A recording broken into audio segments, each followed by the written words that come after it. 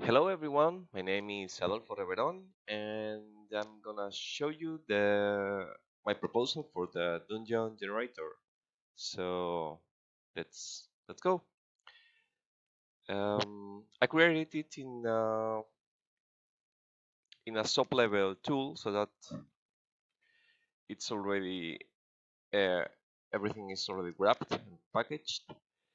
And first thing we find is that it's already outputting something. The reason for this is that I created this use template curve, which I will be explaining later.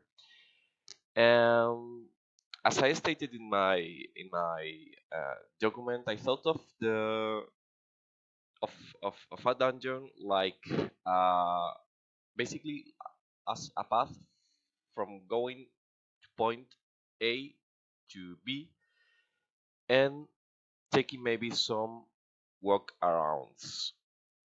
Make sure, please, for a good visualization to switch on geometry color and as well as remove bucket faces because of the rooms being encapsulated shapes, they are already um, closed.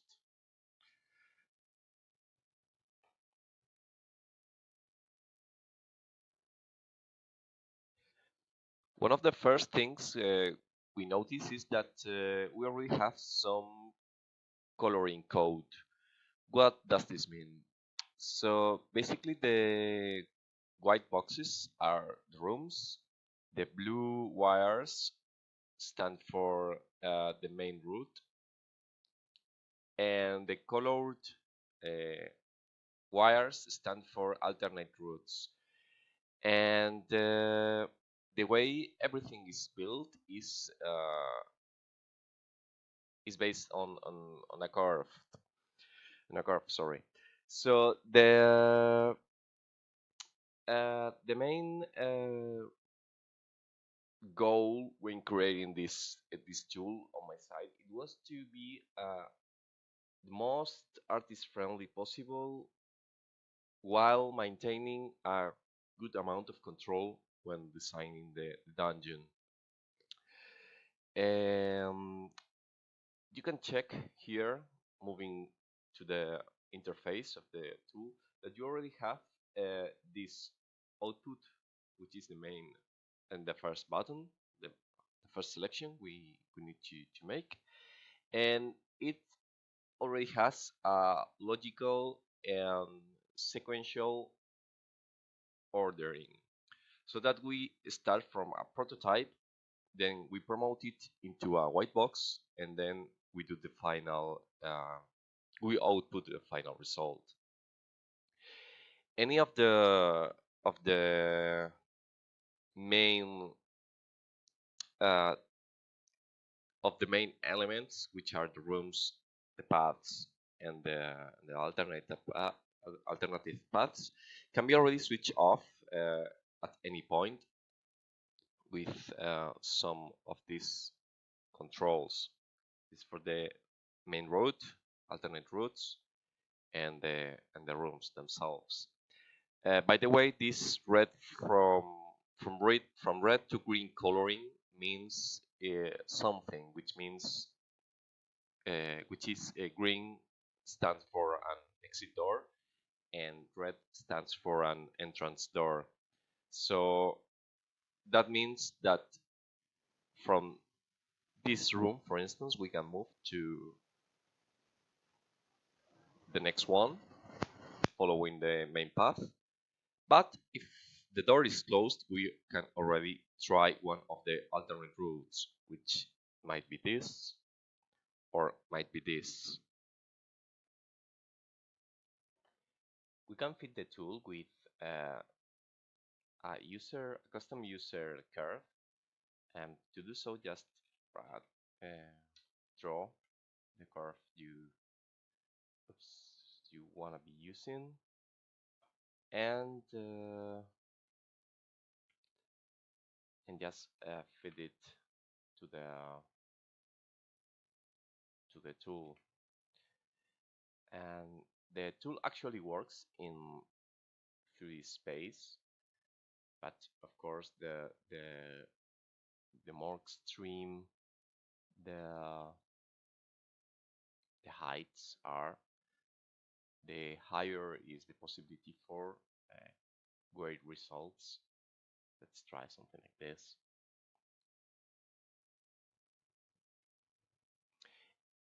And we feed the tool with this curve, and we see that nothing happens. So to make it work, we just need to switch off this use template curve, and it actually updates instantly. If you're drawing your own curve, make sure you draw it in real scale size, like you see we've got here to here at the instance of uh, around 1000 meters, which makes sense. This is the size the tool has been designed for, and I didn't have time to make it uh, working for a dungeon sized 2 millimeters. So yeah, stick to real sizes. And yeah, so moving to the tool itself, we already have these tabs here, which follow the same rule, the same design rule like this. By the way, I'm gonna be showing you this so that you can take a look at the 3 different stages. And yeah, this is whitebox, and this is final, which takes just a second to cook. And I will be diving into it later. We see something already going on. Oops, sorry. Mm, Yeah, I will be explaining this into detail later, but yeah, I will be explaining it later. So starting from the beginning, we switch to prototype. We already have in this prototyping tab a basic editing to generate our layout. So you can pre-process your input curve by simply removing some points based on this threshold. If we get rid of none, it has no effect, as you can check. But if we changes to maybe half of it, or close to half of the points, we're getting rid of half of the points. And of course, this gives you a huge variety of possible results, but you lose a bit of control because you are not editing your original points anymore, as you can check. Anyways, once you're happy with this removing threshold and this seed, maybe something like, I don't know, something like this, we already have our basic layout for our dungeon. We can then switch to room, in which I create a bunch of curves for either scaling it, translating it, or rotating it in every axis. So for instance, we've got for the scaling a basic uniform scale, as you can see, and this is the ramp stands for the path of the main route. So this means this stands for as you can see, for the first point of the path. This is something in between, something in the middle, as you can see, and this is for the end, as you can check. So this rules applies for all the controls here, like I don't know, this is for the X local axis, as you can see. And yeah, this is the main rule applying to everything. So this allows you to have artistic control on or design uh, control or along your path. So if you want something, yeah, this is scaling. If you want something which is a bit offset, maybe this room, we might be placing a couple of controls here. No, let's increase the multiplier and let's clamp the value to something like this. Let me find it. Yeah, here we have it. So you already have full of control. Maybe this might be useful for maybe trying to offset one of the rooms which is pretty close to another adjacent room. And yeah, this is the multiplier. And then finally, we've got this orienting, which I will be showing the Y for time's sake. As you can see, let me scale this room a bit more. Maybe this, yeah. Make it a bit bigger to make it more clear. And same along the path, we've got full control on the orientation. Then we move to the alternate routes, which basically give us control on which alternative routes we want to be generated. And yeah, this is a minimum and a maximum of routes. This stands from 0 to 4, but it can be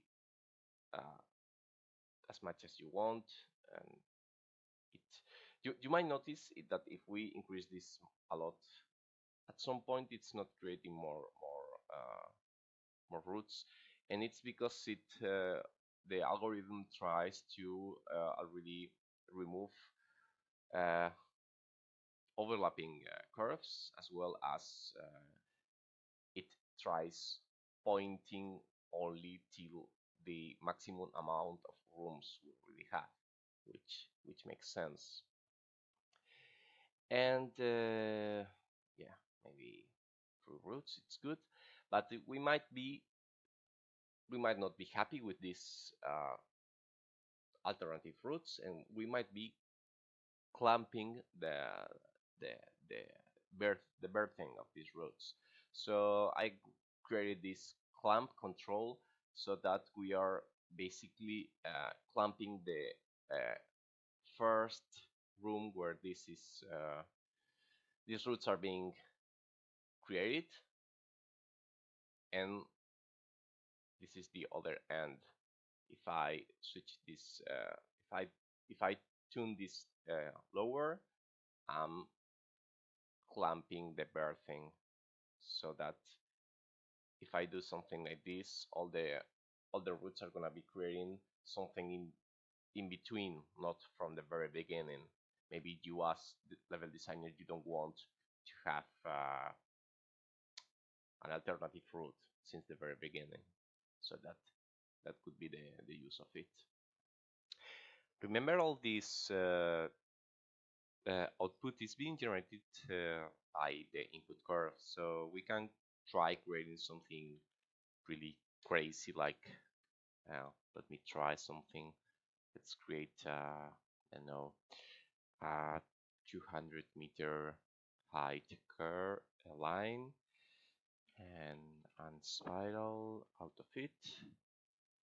Switch off template, radius of 600, one binding. We don't want to switch the twisting, maybe something like this, and get rid of most of it, maybe something like this, and I can be feeding the tool with it, maybe something wider, a bit taller. Yeah, and we start having crazy results. Yeah, like this. In this example, I wanted to do something like this just for you to see that this clamping for the alternate routes might be useful for cases like this. If I increase this and this, you can see the birthing of the alternate routes is only done here. You see? And yeah, something like this. Yeah. And I also created, if I don't do any clamping, uh, I also create this remap utility to remap the amount of routes along the path. So yeah, we can have this. If I place something like this, we are having no changes, but I can drop this down so that only since the very beginning and are the routes, the alternate routes created,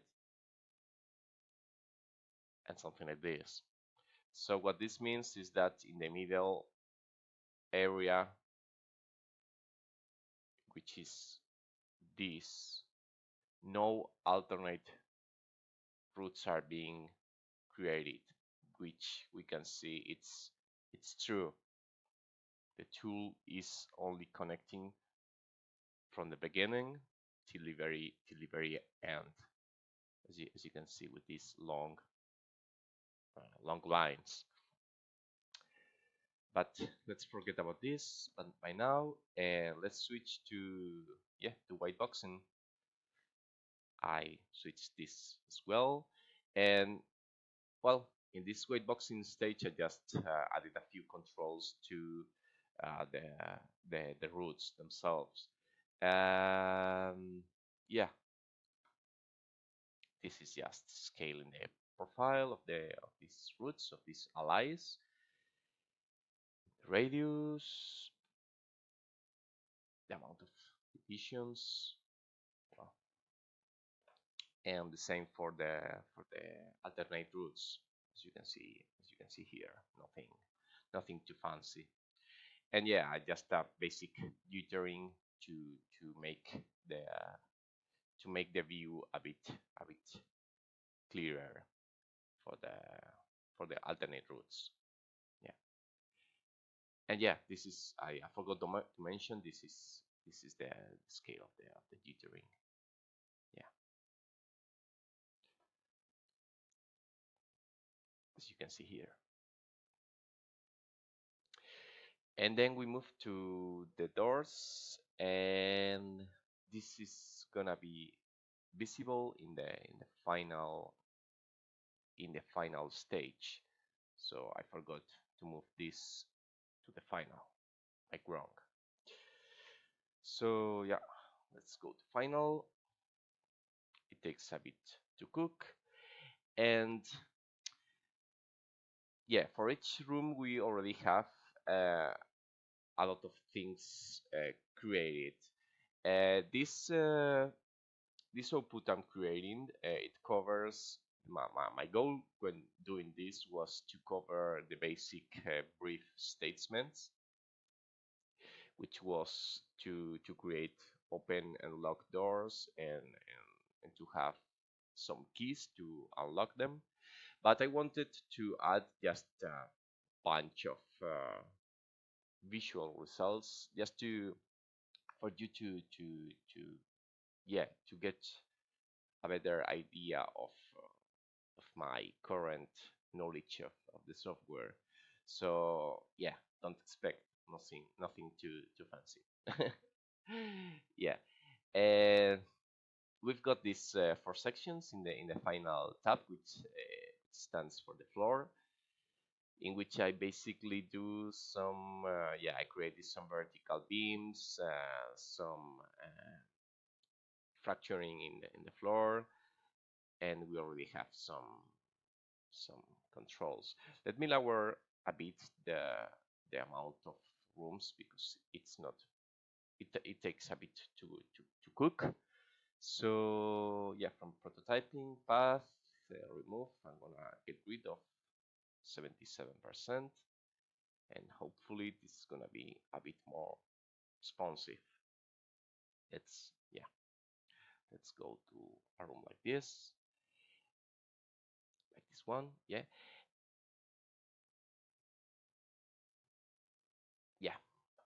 So as I said, in the final floor option, we've got this seed which drives a variety of things like the spawning of these items, which could be, I don't know, weapons, treasures, something like this, and a minimum and a maximum for the extruding, just for raising a basic height.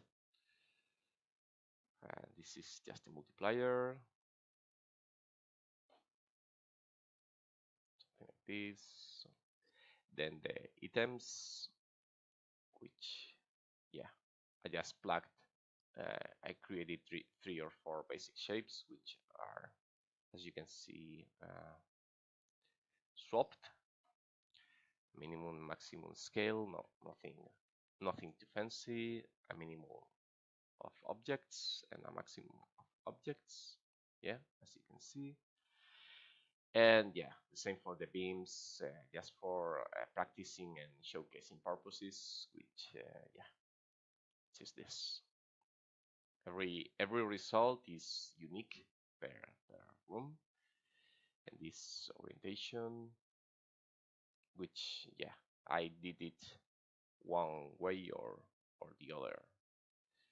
So yeah, just for testing the orientation of the spawning of the beams amount, and the size as well, as you can see. Then we switch to the stairs, which is this. Well, maybe let's switch to the levels first, because the stairs depend on the amount of levels.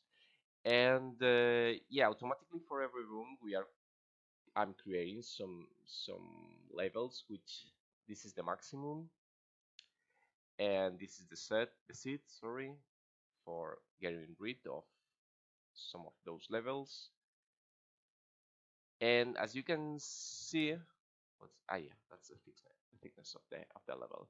As you can see, the levels are automatically connected with the input and output doors of the room, and with the bottom with the bottom with the floor level. So if we are doing something like this, we are already creating, with just a few clicks, a complete room in which we've got lock or unlock doors, a ground floor with some items to discover, and the the connecting stairs between levels. For the keys, this is the amount of this is the amount of keys. I think with 0, every room has its own key. Let me check. Yes. And if we want to get rid of many keys, we increase the threshold and just play with yeah the sliders. And then we go to the doors, and we can switch them from close to door. I just created these color codes so that whenever it's red, it means it's locked. But if we move to a room which already has some connections, we might be finding, as you can see, lock and unlock doors. And yeah, that's it basically. All this is cooked on real time, and as you can see, everything is procedural. So if we are modifying any of the parameters, we already have instant dungeons generated from our input curve. Yeah. Ah, yeah, I forgot to mention that we should be having, I think I had something for removing two flat stairs. Mm, where is it? Stairs. Yeah, with these remove flat stairs, we can get rid of two two flat stairs like those. Yeah, see? Yeah.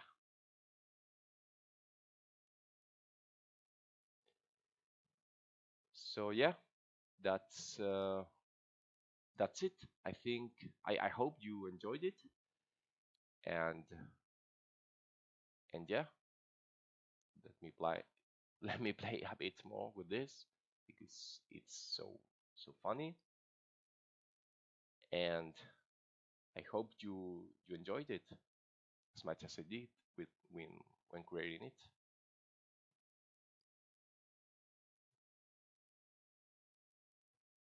Yeah, thank you and goodbye.